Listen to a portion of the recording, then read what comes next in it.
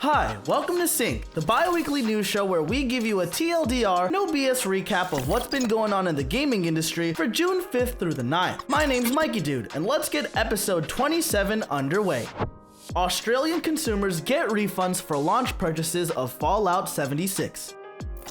Bethesda, notorious for being unable to catch a break with Fallout 76, continues that streak today. Last year, it had been announced Australian customers for the title will be allowed refunds if they purchase the title in the first 7 months of release due to a legal decision in the court system in Australia. However, EB Games in Australia is getting a little extra, as they had apparently been misleading customers on their rights in this situation. Of course, there are no rights of this variety in the first place to misinform us about in America. Thanks to that egregious error, customers will now be entitled to full refunds via email from the retail chain until August 1st. Fallout 76 has improved a lot since its release, especially with the Wastelanders update, but we do sympathize with customers who felt misled.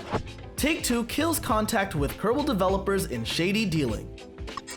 Former Kotaku writer Jason Schreier has come back when the world needed him most with a new piece in Bloomberg unveiling a previously unknown story between Take-Two and Kerbal Space Program's original developers Star Theory. 3 months back, the developers were working with Take-Two when suddenly their contract was cancelled. Later that day, the owners discovered a LinkedIn post by Take-Two recruiting people for the Kerbal Space Program 2 project and forming their own in-house team. Star Theory only had one source of income at the time, being the contract with Take-Two, so a few weeks back, the studio shut its doors. While Take-Two Interactive successfully poached around half of the studio staff, including key members and a few team leaders. While Take-Two's own press release paints a cheery attitude, the rug ripped out from under Star Theory will never be forgotten.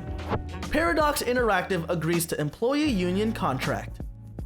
As years of crunch have started to take their toll on the games industry, developer and publisher Paradox Interactive reached an agreement with the newly unionized employees to honor a proper work-life balance and set realistic goals throughout the company. In a statement made by the employee union representative, "We hope it will inspire people to organize in video game companies the world over. Companies like Rockstar, Naughty Dog, and Gearbox Software have all come under fire in recent years for their increased crunch time as a game nears the end of development. Not to forget that Telltale, makers of The Walking Dead, were famous for their crunch before their bankruptcy. Hopefully this movement starts to spread throughout an industry that historically has leveraged workers for profits at the expense of 80 to 100 weeks. Valorant is being prototyped for consoles. Executive producer for Valorant, Anna Donlan, has confirmed that work is beginning on the process of bringing Valorant to consoles. However, this work is in the early stages, and Donlan was firm in assuring that if any aspects of the game do not work or even have to be compromised slightly on consoles, Riot simply will not release the game for the consoles, stating that Valorant stands for a certain type of gameplay, and the team does not want players feeling advantages or disadvantages from certain platforms. Kudos to the team for really angling for top port quality. Anyone remember CSGO on Xbox 360? Night City Wire delayed. Developers CD Projekt Red have delayed Night City Wire, a direct-to-the-fans presentation regarding their highly anticipated title, Cyberpunk 2077, to June 25th. Commendably, the company decided to step aside as they didn't want to appear insensitive to those protesting and using their platforms for social justice at the moment. We're very excited to hear more from CD Projekt Red on this title, and hopefully, with the extra time, they'll have a presentation for us that will truly wow. They also could potentially be showing the title at other showcases beyond this one before the release in September, with a precedent already set with Microsoft unveiling the first trailer for the game at their E3 2018 and 2019 shows. Bloodborne PC and Demon's Souls Remastered. Rumors have been abounding in the wake of Sony's postponement of their PS5 showcase, namely concerning two titles gamers have been clamoring for quite some time. Bloodborne on PC is one of them, with whispers stating that Bluepoint Games has been developing a remastered version of the PS4 title. This Bloodborne remaster would also release on PS5. The other bit of news is that, like other years, the rumors of a Demon's Souls remaster have taken over again. This title is said to be a PS5 exclusive, but perhaps could come to PC later. Formal announcement of Path of Exile Harvest. Grinding Gear Games announced their next upcoming expansion entitled Path of Exile Harvest this past week. Alongside the usual blog post and video, we received a more direct video from the team since they currently operate in New Zealand, who currently have rigorous measures in place against COVID-19, including passenger flights being banned. This upcoming expansion features a Farmville-like game mode of gathering seeds and waiting for them to come to fruition. To quote their press release, Harvest brings an entirely new gameplay element to the world of Rayclast. Players will assist Oshabi in exploring the mysterious power of her sacred grove. We can't wait to see what's next for Path of Exile, especially as we reach the upcoming 4.0 overhaul.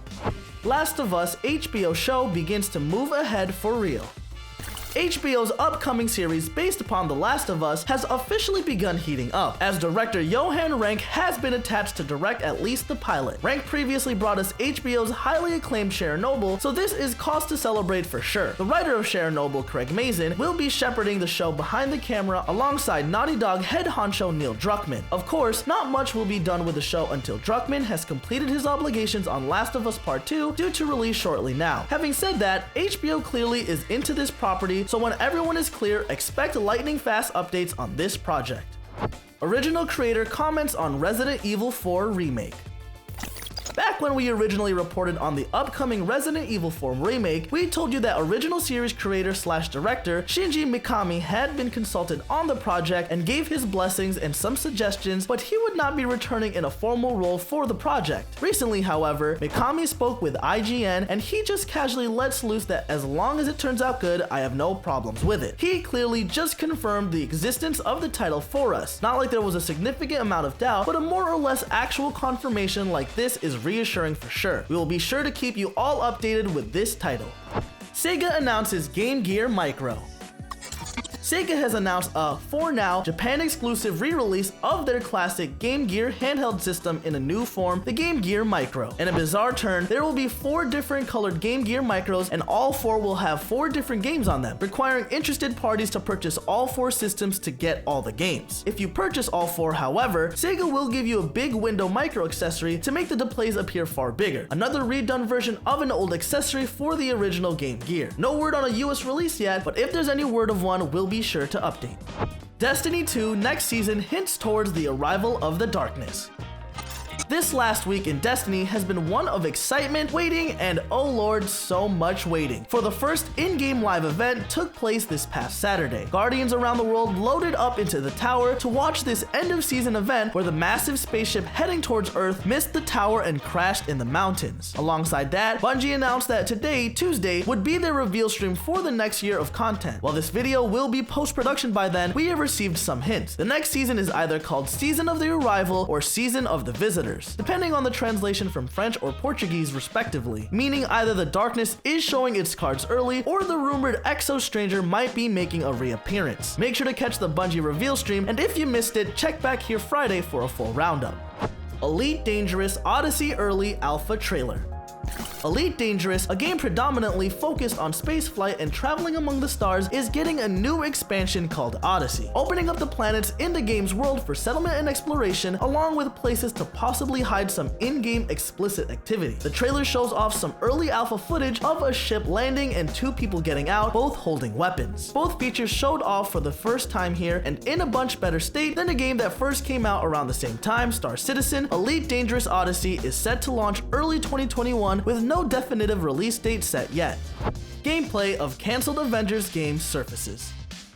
The Museum of Play, a project dedicated to cataloging obscure and incomplete games, has uploaded footage of the 2011 canceled Avengers title from THQ, meant to release alongside the first film in the franchise. THQ began experiencing financial difficulties at the time, sadly, and was forced to scrap the game. However, archivists discovered an incomplete copy of the title on an Xbox 360 hard drive, missing many of its files of course, and have been able to get it running. The game appears to be a first-person action title where you and the other Avengers, seemingly all playable, bash the hell out of some Skrulls. Call of Duty adds Black Lives Matter loading screen. After delaying the start of their next season of content for similar reasons as to CD Projekt Red, Infinity Ward and Activision went ahead and applied a statement in favor of Black Lives Matter to the opening loading screen of the game. A solid move from the company, though hypocritical considering just months ago they stated their platform wasn't the place for politics throughout the Hong Kong controversies. We here at Sync would recommend that you find politics you agree with, not from billion-dollar companies that are straight up out to exploit, and rather through people in your communities, physical or otherwise. Kingdoms of Amalur Re-Reckoning announcement.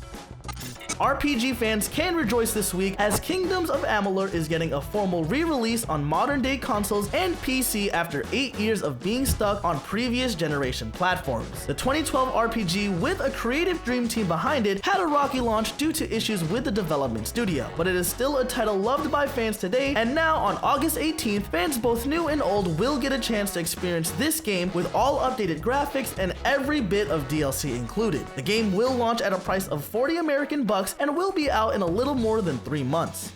EA gives in, finally brings newer titles to Steam.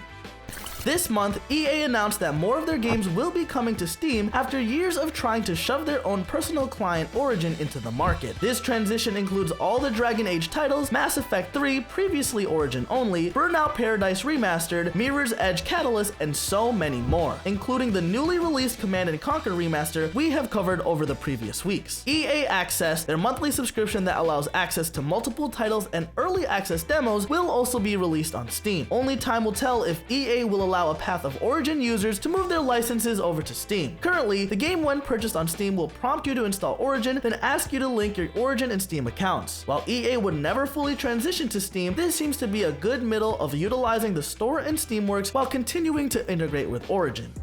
Phantasy Star Online Fan Patcher updated for North America release.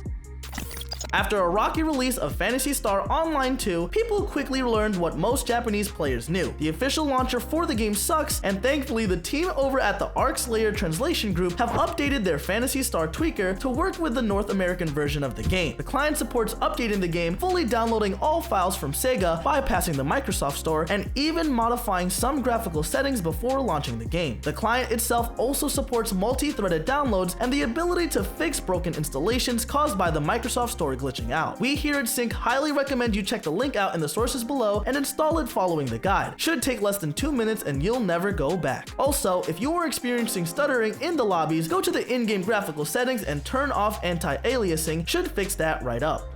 PS Vita Homebrew Community holds conference.